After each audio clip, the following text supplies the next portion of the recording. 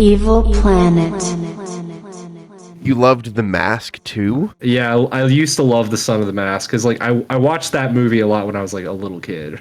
Okay, fair enough. Because I enjoyed some really terrible movies as a stupid ass kid. Yeah, The American Godzilla from like 1998. I love that. I used to rewatch like Master of Disguise Same. over and over again. Yeah. I won't lie. As a kid, I loved that stupid ass movie too. Yeah, same. I need to watch it again. Me and my friend at the time when we were kids were particularly amused by how, like, the main character, Pistachio, he had all sorts of goofball antics. It was oddly sexual for a kid's movie. He was into, like, women with big asses, and that was, like, a plot line. And I think on, like, the VHS, there was, like, a hidden extra after credits scene where he's just, like... this fucking woman with a giant ass attempts to like seduce him, and it's like really weird. But at the time as kids, we were like, "Oh my god, this is hilarious! This is the funniest thing ever." In reality, you were being conditioned and brainwashed and groomed to like big asses. No, I reject your hypothesis. I feel like I was programmed to like some of the things I like today. No, I don't buy it. Like, I know I don't know if you're 100% joking or not. Well, I'm thinking about like when I watched like you remember like Dexter's Laboratory? Remember the mom from that?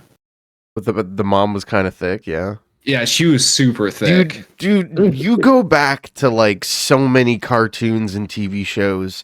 That's just how it is. Like they're like the moms is always drawn. Yeah, as, it's like Pixar. Pixar, like every Pixar mom has like a giant dumper. Yeah. And you were exposed to it, as a child growing up. So I don't really think it's here's the thing.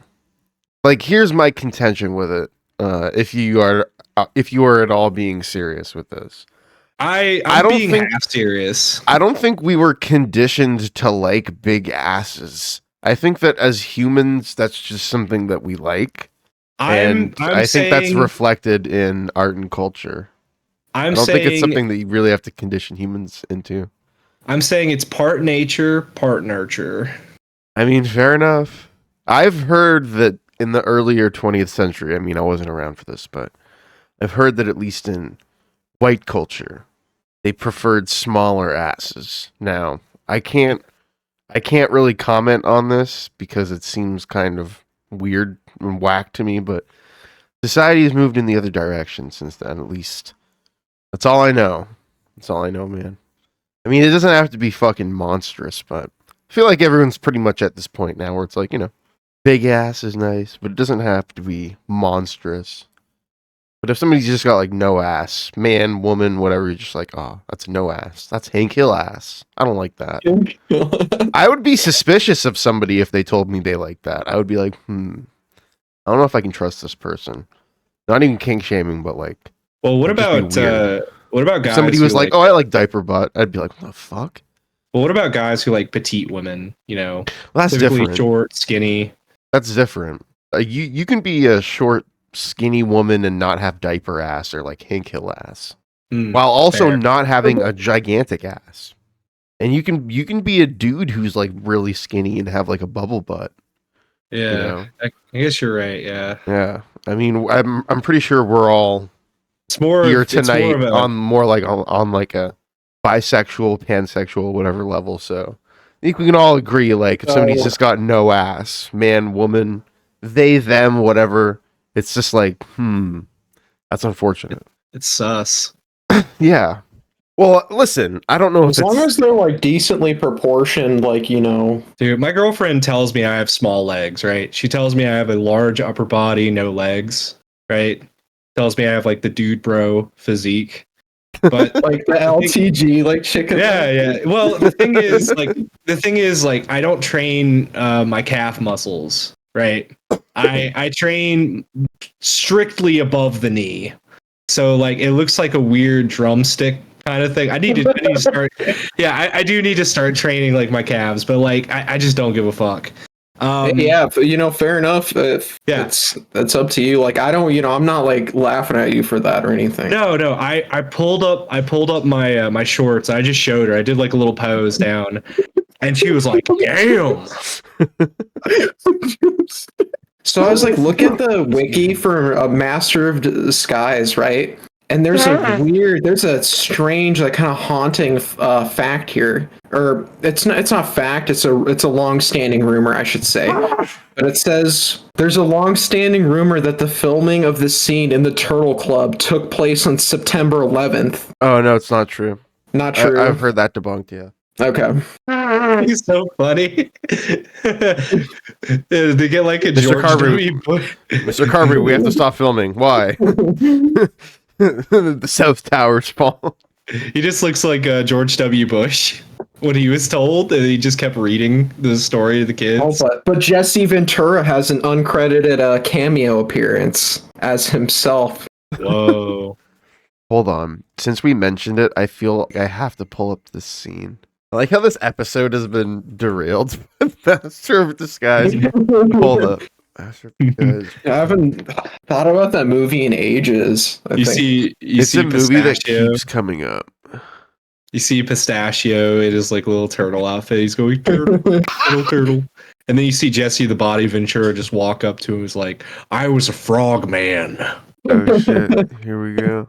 It's so weird that Brent Spiner is in this. Whoa, hold on. Whoa.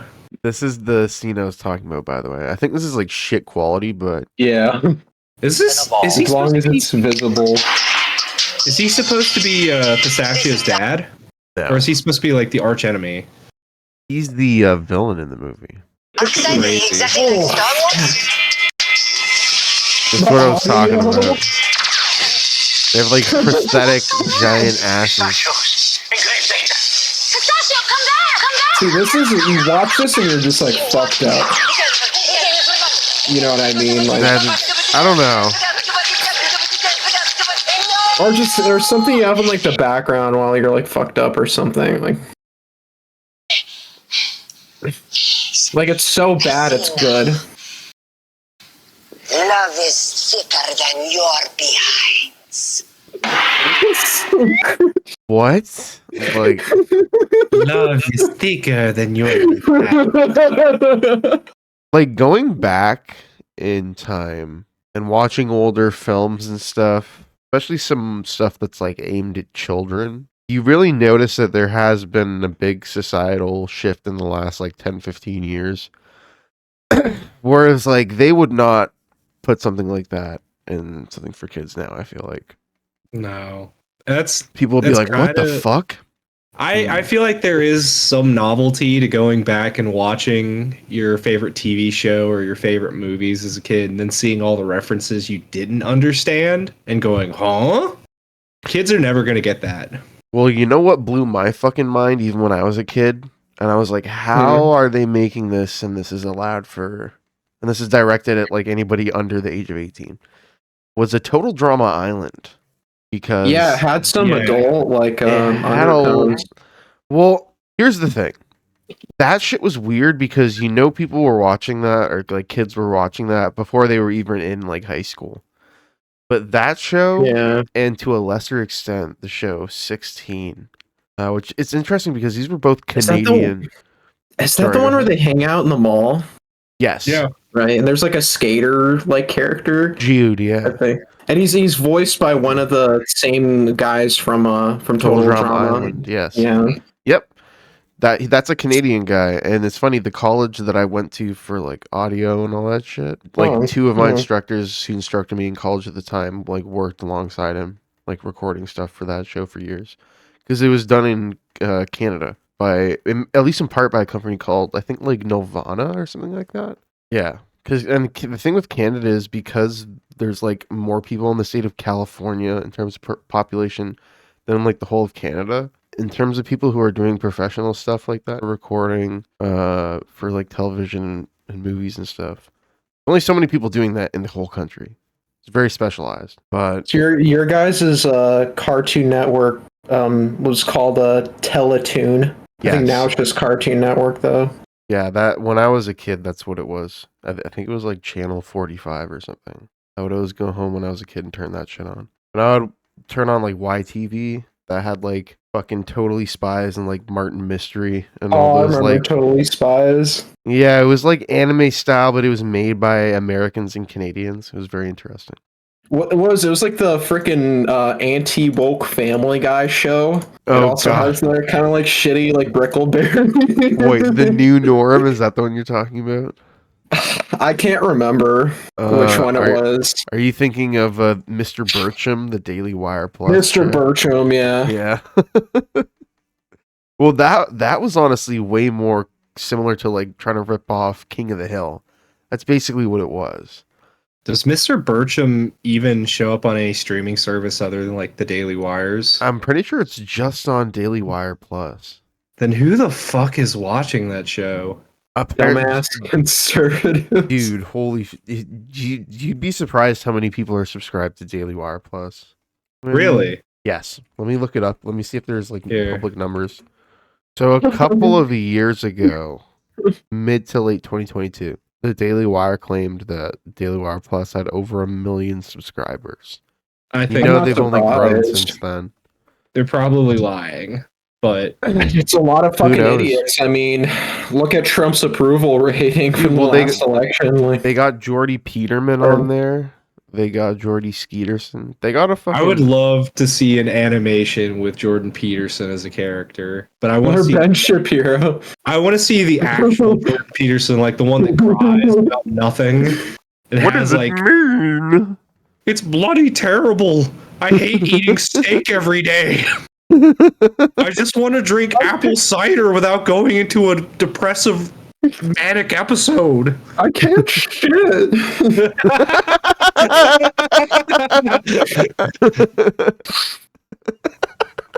I'm constipated, god damn it. I was watching Mr. Bircham and I saw Vosh. Why do I have leftists on my TV?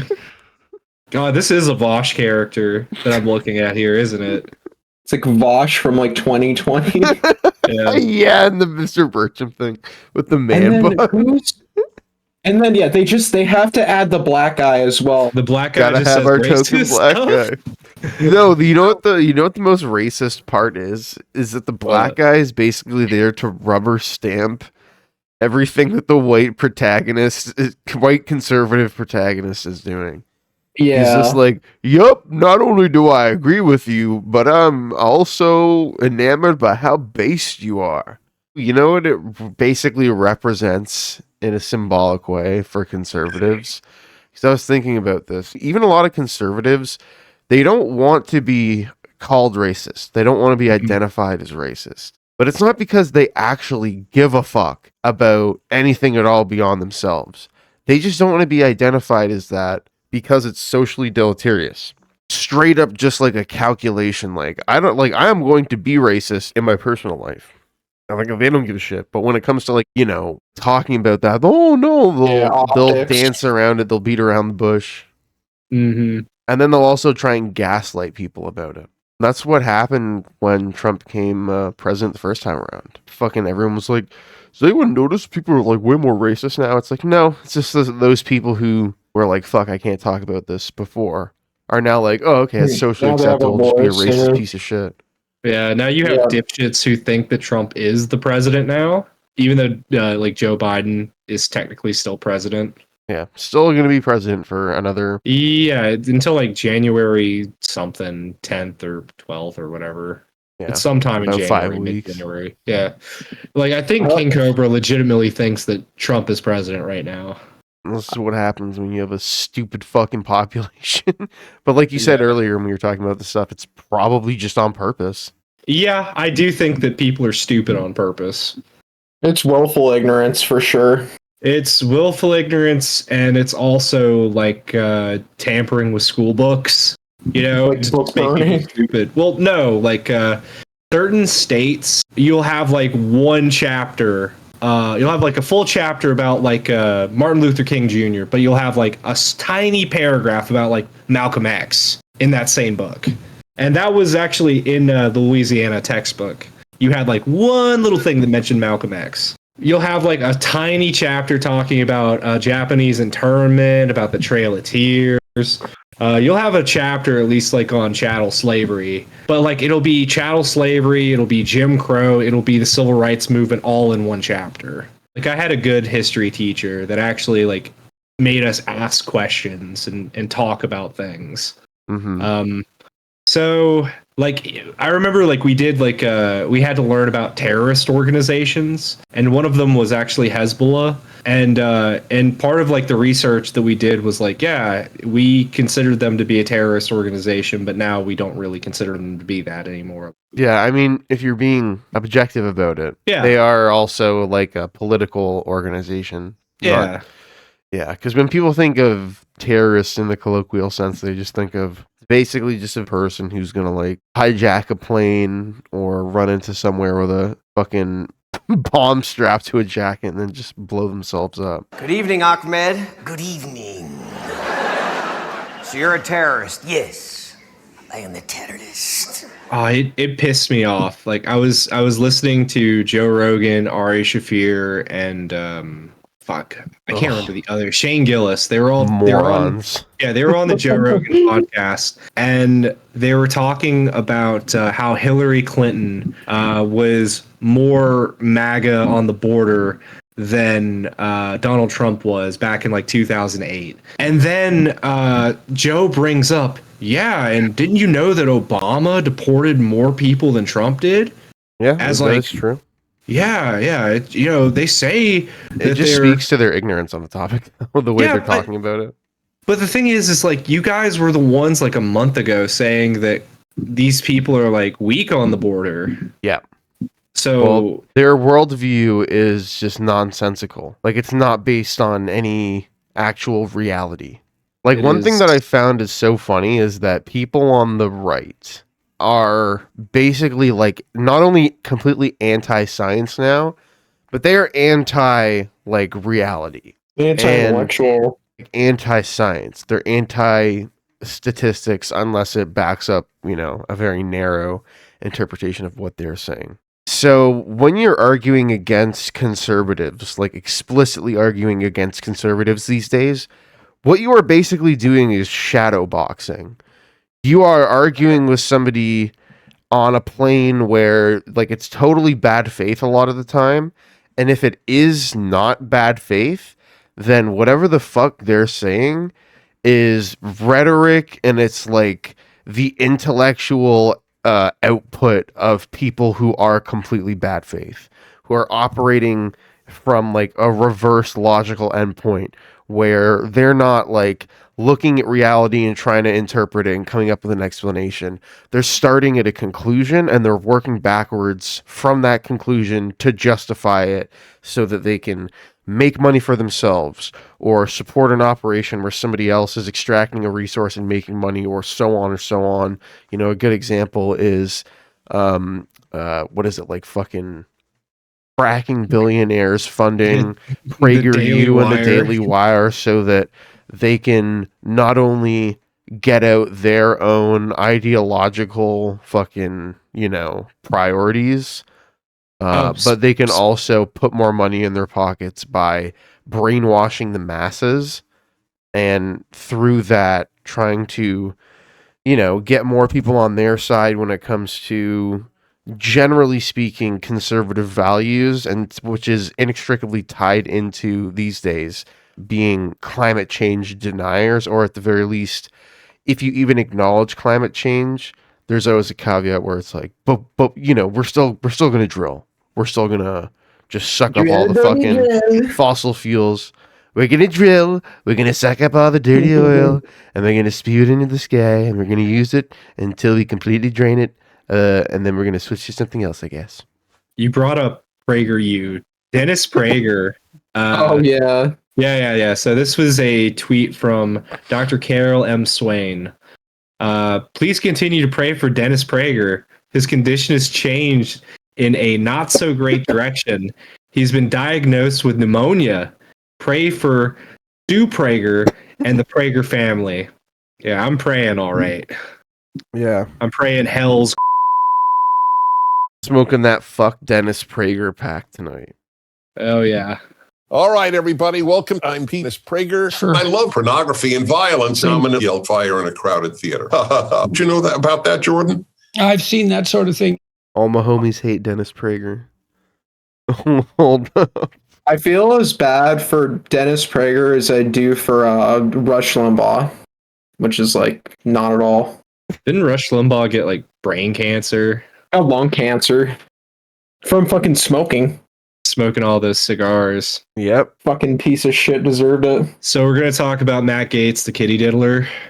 Yes. Amongst other things tonight, we're going to Son talk of the about mask. Matt Gaetz and his fucking absolute failure over the last couple of weeks. There's a history of him doing shit like this.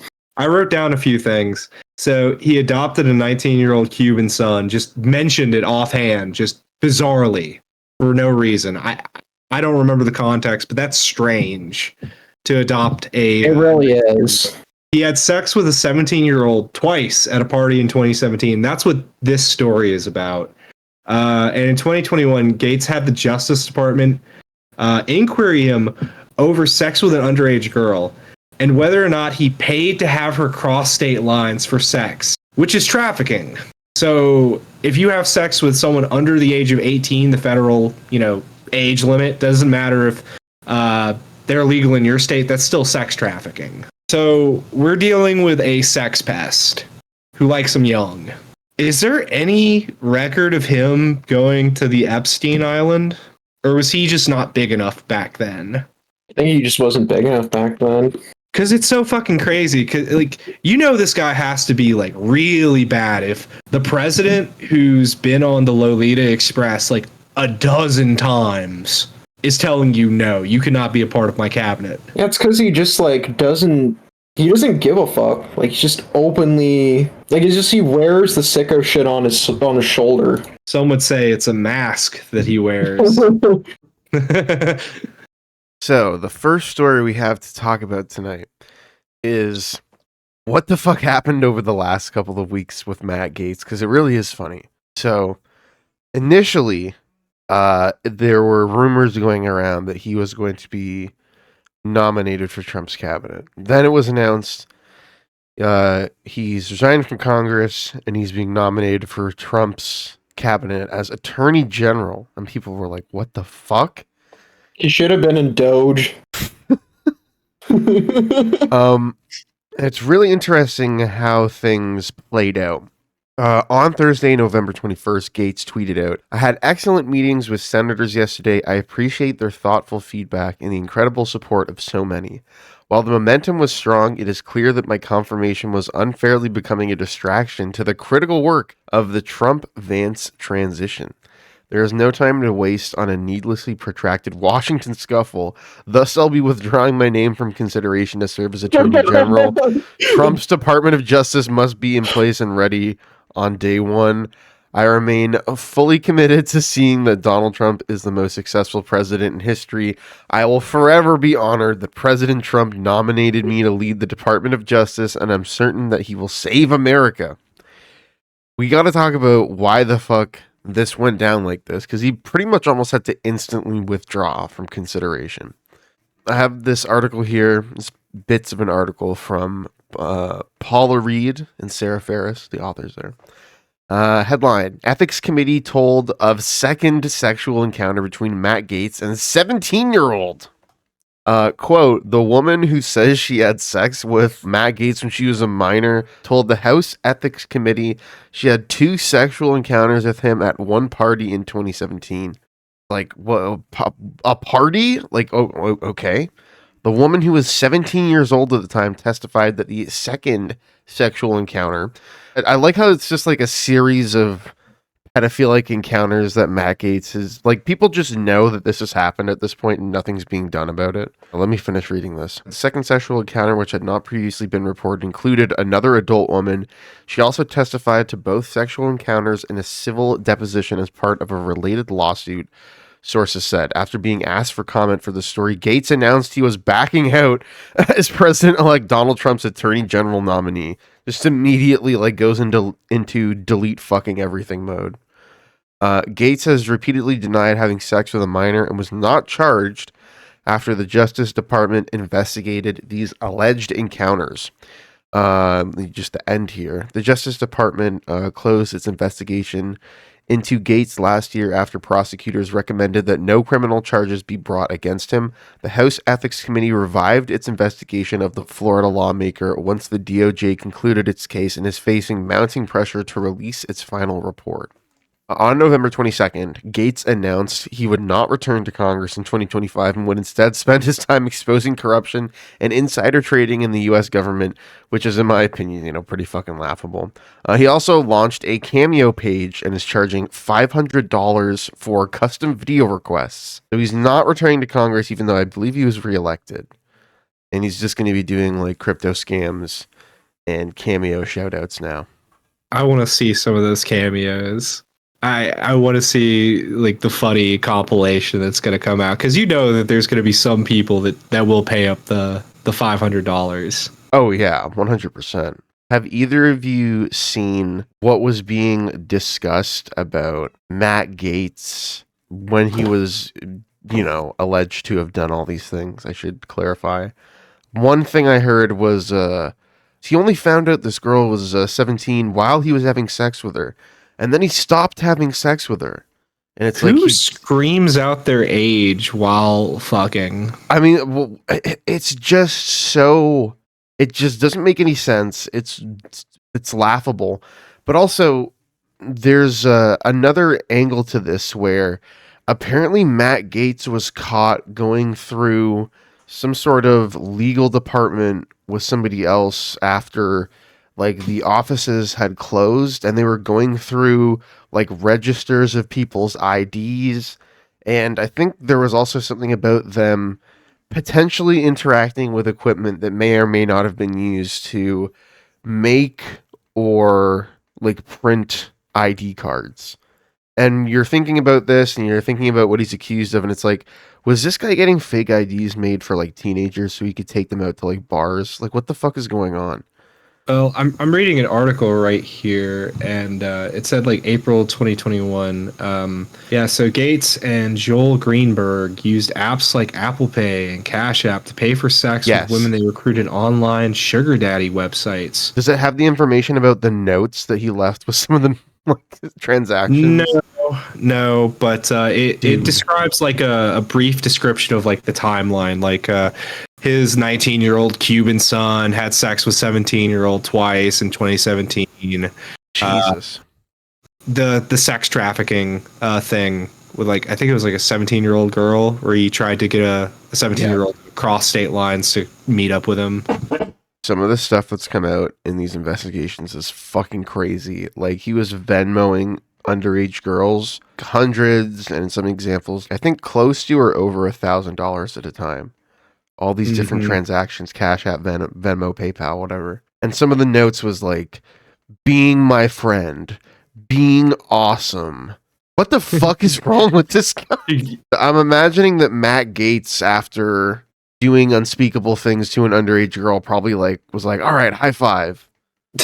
Like, this guy is such a weird fucking sicko. Like, it's crazy that people like him and Jared and all these people that are just like known sick fucks, especially when it's like they've done shit, like they've committed crimes and people just, it's been documented and people just know, and just nothing's done.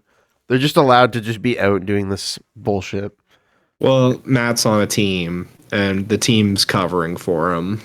And Clearly. His team members told him, hey, you got to step down.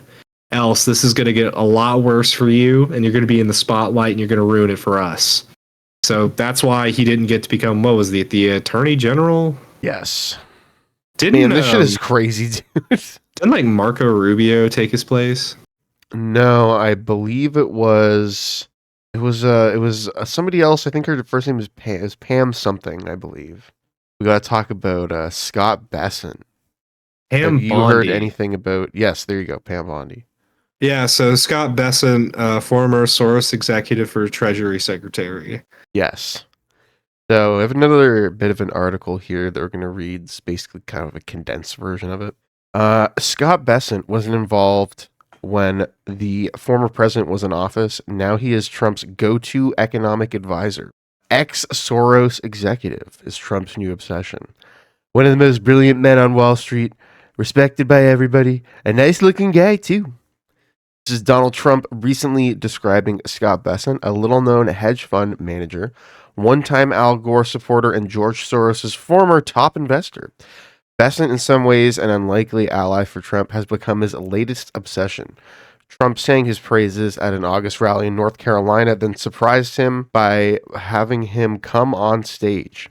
On Thursday, Trump called Bessent, quote, one of the top analysts for Wall Street during a speech before the Detroit Economic Club. Bessent, founder of the investment firm Key Square Capital Management, caught the former president's attention last year when he publicly backed Trump, as many peers in the finance world were still coalescing around Nikki Haley.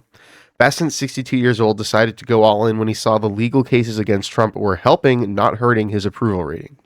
He told people the phenomenon reminded him of a stock that rises despite bad news, a bullish sign for some investors. Now Bessent is Trump's go-to economic advisor. The billionaire investor has known the Trump family for decades, though he didn't become close friends with the former president himself until recently. Bessent is friends with Senator J.D. Vance, and was among the few on Wall Street advocating for Trump to choose Vance as his running mate. Sorry, go ahead, dude. Yeah, so apparently Bessent has been a major fundraiser and a donor for Donald. So basically, he just bought his position, kind of like Elon. Yeah, I think with Bessent more than Elon though, there's actually some sort of something there to back it up instead of Elon just being a fucking, because Elon is basically just a fucking rich kid. Yeah, so Bessent's actually somewhat successful, whereas Elon, he's successful despite being, an idiot. Seems like Bessent is more of like an insidious figure to be actually like kind of worried about. Yeah. Like Elon, you got to worry about him just because he has a lot of influence and power and money, but he's more kind of like a fucking just bumbling idiot. Bessent though seems like way smarter, and it's like, definitely watch out for this guy. Let me continue with this. Bessent visited Trump earlier this year at his Mar-a-Lago home in Florida, where they discussed ways Trump could convert his ideas into policy. Paradoxically, Bessent's past association with Soros is a positive to Trump, who is impressed with the billions Soros has made in financial markets and sometimes asks what it was like working for Soros. Bessent hasn't spoken with Soros in years. In 2016, Bessent told people they were underestimating Trump's chances. Trump is a fan of Bessent, particularly because he was willing to make public predictions about how well the U.S. economy will do if Trump wins, which obviously, Trump fucking loved. In a reference to so-called black swan events that unexpectedly move markets, quote, he has called Trump an orange swan. An orange swan. That's so a swan that's just dusted with Cheetos. Remember when I can't remember if it was other candidates in the Republican Party. It was like during the 2016 election. There were people that were literally like crunching up Cheetos, and they were just rubbing their faces in a pile of Cheeto dust to like look like Donald. Bessent has also proven eager to defend Trump's proposed economic policies, even in potentially hostile environments. He has never run a large organization such as the Treasury Department, so it isn't clear how he would handle a job of that stature in a potential Trump administration. Some friends are optimistic, though. And there's a end quote here. If you can navigate both George Soros and Donald Trump, you're capable of managing people. Okay, fair enough. Who was the other person that they were going to consider for this? Nikki Haley, right? I don't think Nikki Haley was ever seriously in consideration. I think Trump, I don't think Trump really wanted her anywhere near his administration. I mean, look at the people that Trump picked for his cabinet. It's fucking mental. Like it's like a joke. Like there's like a Fox News host. There's like just a fucking rogues gallery of weirdos and rapists. But I guess Trump is a weirdo and a rapist himself, so And then wasn't one of them like Vince McMahon's like wife or something, right? Oh yeah, yes. Linda. Yeah, I think she's Linda like McMahon. I think she's education secretary. Maybe look it up. Didn't she have a position in his previous administration too? I think so. She was the administrator of Small Business Administration professional. Okay. 2017 to 2019. Yeah, she is the pick for education secretary. Not surprised. We talked about World War III. Is it gonna like really kick off soon? Has it already kicked off? We've talked about it a bit on this show already. But right now, it seems like things are aligning for some sort of global fuckery.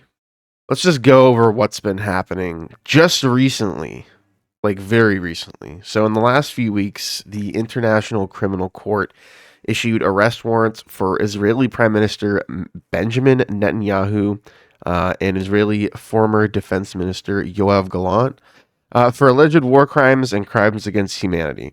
We also saw Vladimir Putin approve an update to Russia's nuclear doctrine, stating that a large attack on Russia with conventional missiles, drones, or aircraft could meet the criteria for a nuclear response, as could an attack on Belarus or any critical threat to Russia's sovereignty.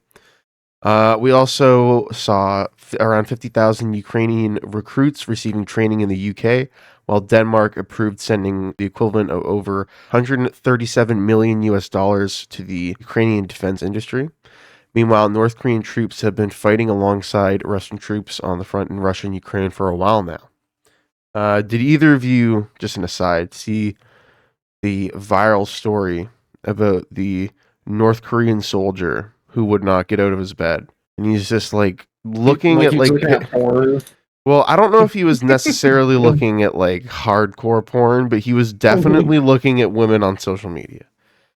He was like looking at, there's like a video of him just like laying in his bed smiling, just like scrolling through like TikTok or something, and he's just watching like K-pop girls dancing and, you know, whatever, just wearing fucking revealing clothing and whatnot, and he's just like, ooh.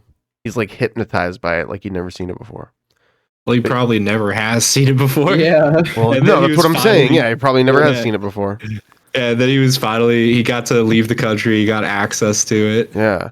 Apparently there were some Indian troops that were also sent to fight alongside Russian troops.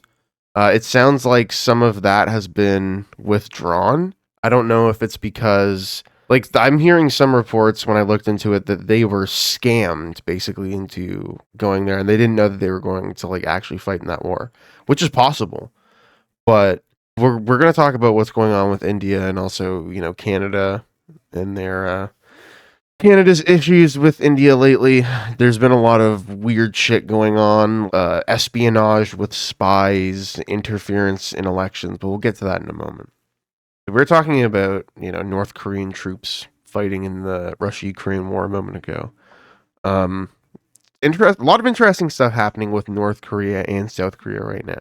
North Korea obviously is doing a lot of their saber rattling that they've always been doing, but we're gonna have to do an episode soon talking more about what's going on with North and South Korea, because that's pretty interesting. But South Korea is kind of having its own civil strife right now.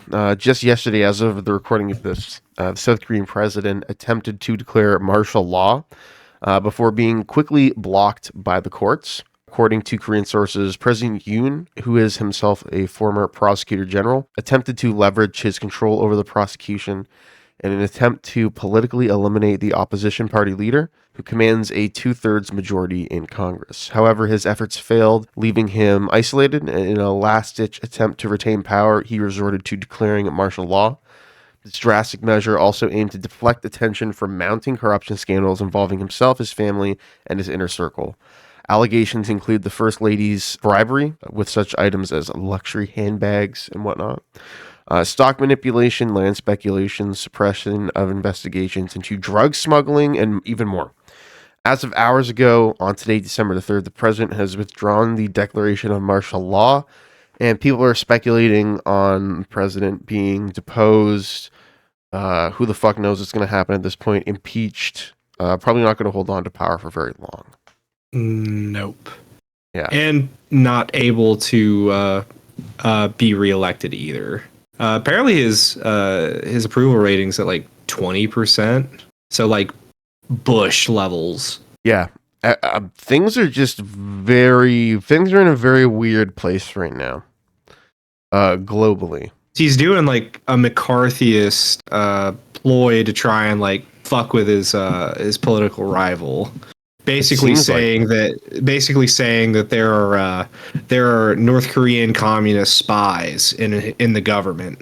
Mm-hmm. Just sounds like something that would have happened during the Cold War era of the United States.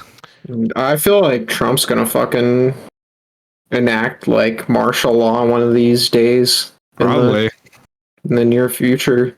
So speaking of spies, we have another article here. Rising diplomatic tensions and allegations of foreign interference fuel plummeting Canadian views of India. This is an article in the Asia Pacific Foundation of Canada. Amid fresh but so far denied allegations of Indian political interference in Canada's 2022 Conservative Party leadership race, a new public opinion poll from the nonprofit Angus Reid Institute in partnership with the Asia Pacific Foundation of Canada indicates a significant decline in Canadian views towards the subcontinental superpower. Where a majority, 52% of people in this country, told ARI 18 months ago that Ottawa should approach New Delhi either as a valued partner and ally or on friendly terms, that sentiment has dropped by half to nearly 24%. Further, favorable views of India have plummeted from a high of 56% in January 2020 to 26% today. The inverse negative view has more than doubled. This data also reveals India is now only seen more favorably by Canadians than Russia and China, while trust in New Delhi sits at less than 1/3, at about 28%. There is less consensus over how Canada is perceived to be handling the relationship, although a plurality is inclined to say Ottawa isn't managing it well, compared to 1/3, about 32%, who say the opposite, and almost the same number, 29%, who say they aren't sure. A significant political tension colors these perceptions. Those who say they would vote for the Liberal Party of Canada in the next election are most complimentary of the Trudeau government's performance on this file, while professed conservative supporters say the current government is mishandling the situation. That being said, 2/3 of Canadians say this country should at minimum cautiously attempt to reopen trade negotiations on a free trade agreement with India, a finding unaffected by threats from incoming U.S. President Donald Trump of a blanket 25% tariff on Canadian exports. One of the key findings here that I want to mention is the proportion of Canadians who want increased trade ties with India has halved from 1 in 5, 18% in 2014, to just 8% now. 2/3, 66% of Canadians say Canada should stand up for what it believes is right, whatever the fuck that means, with India, even if it means a further deterioration of the relationship. One of the reasons I wanted to pull this up and talk about it, and we'll pull up the next article in a minute though, is just because there is so much anti-India racism in Canada right now. And it is most visible on social media apps, particularly Instagram. Like, if you're Canadian and you look at like Instagram and you scroll just through like whatever the fuck it tries to show you, pretty quickly it'll start showing you these accounts where it's like, here's some Indian people celebrating Diwali in some town in Canada. And the comments will be like, deport all of them. And it's pretty fucking over the top. The situation is not being helped by multiple instances over the last couple of years of espionage by the Indian government against Canadian officials and actors. They've actually also done assassinations on political figures who have been like exiled from India or who are, enemies of politicians or religious figures or whatever in India. They've done assassinations on them on Canadian soil. And shit is getting really out of hand. Russia's been doing something similar where they like send agents. It's not called the KGB anymore, obviously. I can't remember what it's called now, but they send them to take out like defectors in like Europe and stuff. Yeah, it's something similar to that. I was trying to look into it more, but when you have situations like this where A lot of this, like, I don't trust a lot of sources because you're talking about ongoing, like, international diplomatic, like, soft spots between countries who are supposed to have some sort of, at the very least, like, trade negotiations going on, people going back and forth, people immigrating, so on and so forth. But it just seems like people are going fucking crazy these days. Like, there's all sorts of shit going on now, where countries are seemingly just being, like, openly antagonistic to each other. And I get the feeling that they're like, people are just trying to, like, test the waters. Like, these administrations are trying to test the waters. They're trying to see, like, what kind of insane shit they can get away with. They're trying to see what countries are going to stand up for themselves and what countries are just going to, like, lay down and take it when you do fucked shit, like perform assassinations of political figures on other countries' fucking soil. Some politicians want to ignore it, other people want to address it, and it will, more often than not, create like a partisan divide where there really shouldn't be a partisan divide. Like, a lot of people want to blame a lot of what's going on in Canada right now on immigration, and it's just really fucking stupid. Because if you look at it for like 5 seconds, it just doesn't make any sense. A lot of the things that people will complain about, the price of groceries, price of gas, inflation, wages, so on and so forth. Like, the culprits at the end of the day are corrupt politicians that are taking money from special interests and fucking, corporate fucking lobbyists, and the corporate fucking overlords themselves. Those are the people that are responsible for fucking all of us over. And they're also the people who are responsible for, in Canada's case, taking advantage of lax immigration laws or loopholes in the legal system when it comes to immigration, temporary foreign workers, student visas, whatever. They're using that kind of stuff to exploit people when they come over here and almost create like a weird de facto like slave labor system. And a lot of that is being blamed on just immigrants. And it's scapegoating being done by fucking people on mostly the right. But the thing that's frustrating too is that you see this now with Trump being elected. Like, so many people who will be called, even if it doesn't make any sense to call them this, leftists, what they are mostly is just like centrists or libs. They will jump on this type of shit right away and be just as racist as people on the far right when it suits them. And it doesn't help in a situation like this when you're trying to point all of this out, and then the government of, like, India, for example, is fucking sending spies into Canada and sending assassins into, like, Canada to just do, like, killings on all these people, and you're like, Jesus fucking Christ. It's just a giant clusterfuck. Like, it really does feel like we're aligning for some sort of upcoming global conflict. Well, the Fallout universe might be coming. Canada might become the 51st state of the United States. Yeah, we were talking about this. Trump fucking made a comment to Justin Trudeau when they were speaking recently about basically like, well, if the tariffs are really going to destroy your economy and you can't take it, maybe you should just become the 51st state and you can be its governor. Like, yeah. What the fuck? I can't wait for Justin and Trump to get into a fight, and then Trump say, we need another wall. We need a Canadian border wall. We need a big, beautiful northern wall. They're bringing fentanyl into our country. I think he did already accuse him of that. I mean, we are undeniably producing a lot of MDMA and marijuana. That's definitely making its way into America. Well, those are the good drugs. So one last article here that I want to read. Former conservative leadership candidate Patrick Brown to appear at committee probing foreign interference. Let's read some of the article here. Written by Darren Major, shout out. Former conservative leadership candidate Patrick Brown says he will appear before a House committee looking into foreign interference. The House of Commons Standing Committee on Public Safety and National Security is looking into allegations that agents of the government of India have engaged in electoral interference and criminal activities in Canada. Last week, Members of Parliament on that committee summoned Brown, currently mayor of Brampton, Ontario, after he declined previous invitations.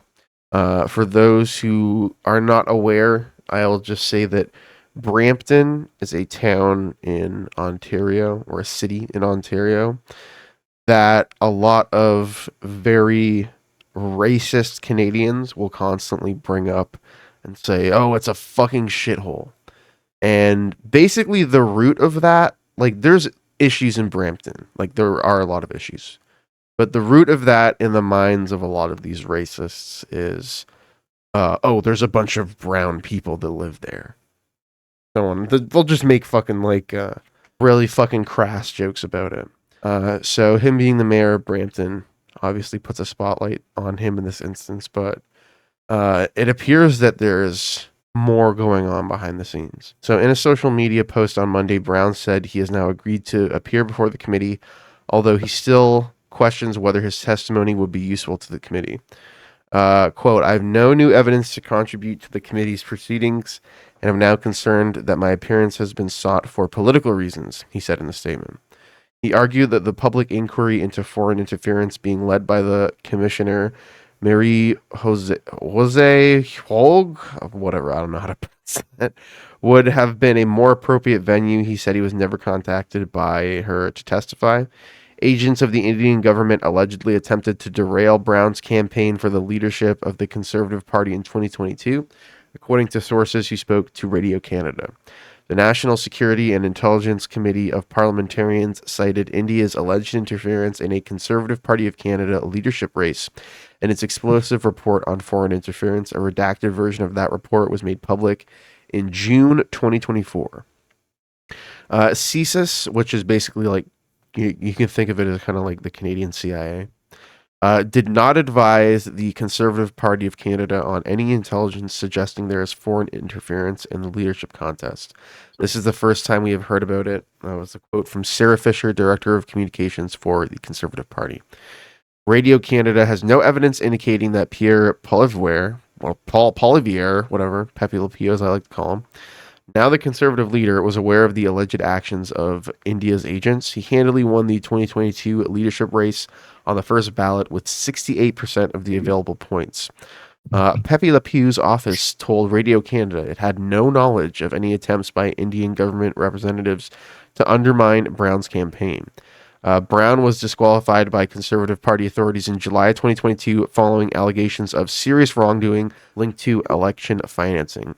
At the time, Brown accused the party establishment of wanting to make sure Pepe Le Pew Poilievre did not lose. Sources told Radio Canada that Brown's national campaign co-chair, Conservative MP Michelle Garnier, allegedly was pressured to withdraw her support for Brown. The Alberta MP denied those allegations in a written statement to Radio Canada. When asked about the allegations in Radio Canada's report, Public Safety Minister Dominic LeBlanc said Pepe Le Pew should get his security clearance. This has been something that people have talked about quite a bit lately. This guy is a failure to get security clearance. I have a lot of confidence in the work that CSIS does in terms of detecting and disrupting the foreign interference. I see those briefings very regularly, and I wish the leader of the opposition was interested enough to be able to see them himself. That's kind of the end of that there. Yeah, it's everything's a fucking spy novel at this point, basically. Everything's a fucking disaster. I thought we should end on this. So, this is a video from a YouTube channel called The B1M. We'll play a little bit of this. So this is just New York Super Jail. Yes. Have either of you seen the movie Dredd? Yes. This The new is one? That's the modern, like, Judge Dredd, right? Yeah, the one from like 2012. Haven't seen that one. I always heard about it, though, but yeah. Pretty good. If you watch like the first 5-10 minutes of the movie, if you can find a clip online, this, like, we are moving very, very quickly towards that. Just as, you know, as a society, as humanity, we are moving further and further towards this weird Blade Runner / Dredd type future. It's yeah, but in the Judge Dredd movie, Judge Dredd's like cool and he's got a, you know, he's righteous. he's judge, jury, and executioner. But he's a good guy. No, I'm kidding. Well, he is a badass. Listen here, bud. That's just propaganda. Heads, but not for the really reason is. you'd expect. This is the jail scraper, and when complete, Oh, fuck. God, It's imagine what- having this in your neighborhood. Dude, what the fuck? is higher than To the be a Statue of fucking Liberty, and eyesore. It's going to be taller than the Statue of Liberty. That's Jesus. pretty ironic. We're building a gonna- jail in New York that's bigger than the Statue of Liberty. It's gonna cover up the Statue of It Liberty. looks like it's the size of one of the fucking twin towers, like what they have in mind. Like, They stacked 6 twin towers next to each other, and then they're going to turn it into a jail. be the tallest correctional facility in the world. It's being built here, on the site of a notorious prison known anonymously as the Tombs. In a city full What of the controversial fuck? developments, this might just be public enemy number one. Desperate calls from the community to stop construction of a brand new jail. I heard of another super jail that people are also protesting over. I can't remember which state it is, but they want to create it's like a jail town or something.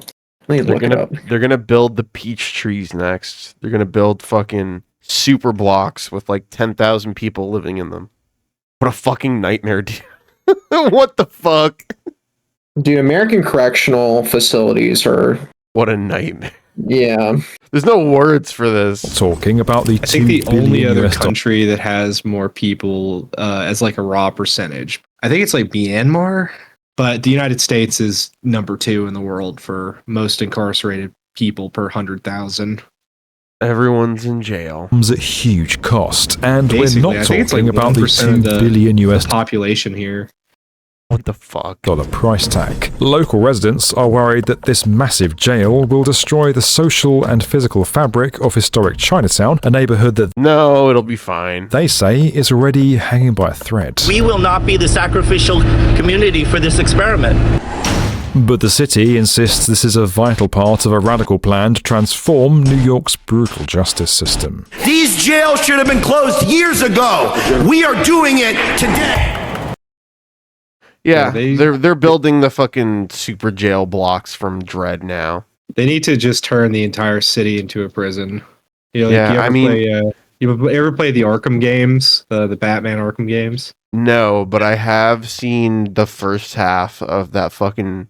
What's that John Carpenter movie, Escape from New York, where they basically turn all of New York City into a fucking open-aired prison? Like, this And they this just is have to something fend that for they've themselves. floated in, like, fictional scenarios before. I think where that prison that I mentioned, like where it's being built, like there are people that just went there to like film something, and like federal agents showed up to like arrest them, Yeah, like guns drawn and shit. I'm not really surprised. Well, I just want to throw that in as a fucking fun little cherry on top at the end there. They're building a fucking... That will stick in my mind, that little factoid. They're trying to build a massive skyscraper prison in New York City that's taller than the Statue of Liberty. Like, hey, you know that statue that's like celebrating like liberty and freedom and give me your poor and hungry and tired and all that bull fucking shit. Yeah, fuck that. Let's build a giant goddamn prison. And one thing I heard that's pretty absurd is, okay, before I even say the number, think about how big this thing is based on how they've described it, okay? How many people do you think would be housed in this prison based on how big it is? What do you think the capacity would be for a big ass prison like that? I guess 100,000. No. Way Is too high. Large, way too high. Okay, 50,000, 20,000. No. 30,000, Think much, much, much less. 2,000. No. 1,000? No. 500. 800. Only 800 Yes! people live in that thing? 800 prisoners! It's such a waste of resources. What like- the fuck? All right, I think that's it for the show today. Thank you both for coming on. I think we're gonna hit the stop button on the tape recorder there for today. But thank you both for coming on. It was a fun one. Yeah. We will see you guys later.